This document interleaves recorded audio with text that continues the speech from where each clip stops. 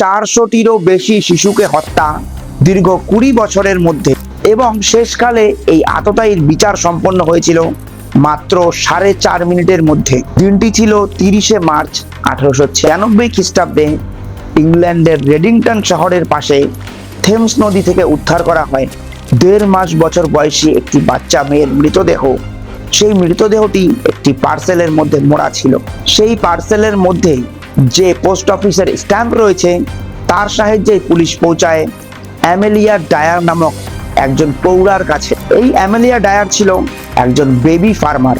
Baby farmer বলতে বোঝায় বিবাহের আগে অথবা বিবাহ বহির্ভূত সম্পর্কের মাধ্যমে যেসব সন্তানের জন্ম হতো তাদেরকে সমাজে জায়গা দেওয়া হতো না, তাই লুকিয়ে লুকিয়ে সেই সব সন্তানের মা অথবা বাবা এই বাচ্চাগুলো দিয়ে দিতেন কোনো বেবি ফার্মারের কাছে, এবং তার বদলে সেই বেবি ফার্মাররা নিত মোটা পরিমাণ একটি অর্থ।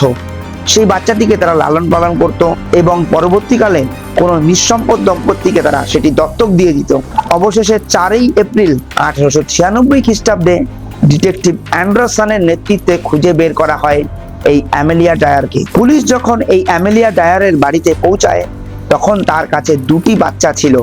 পুলিশ তার বাড়িতে তল্লাশি করে উদ্ধার করে প্রচুর বাচ্চাদের জামা কাপড়, এছাড়াও প্রায় 300টি চিঠি, এবং এই চিঠিগুলি ছিল মূলত সেই সব বাচ্চার মায়ের লেখা যারা তাদের বাচ্চাকে এই অ্যামেলিয়া ডায়ারের কাছে রাখতে দিয়েছিল।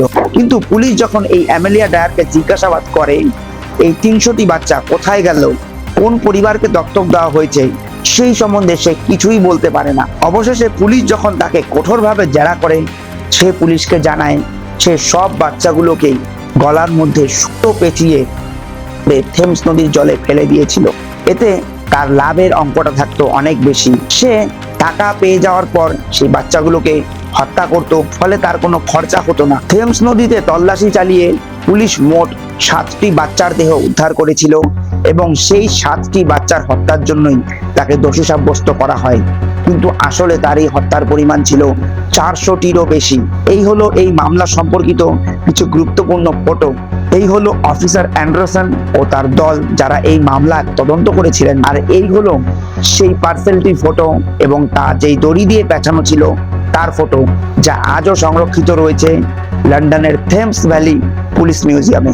আদালতের সমস্ত দলিল শোনার পর জুরি মাত্র 4.5 মিনিট সময় নিয়েছিল এই অ্যামেলিয়া ডায়ারকে দোষী সাব্যস্ত করতে।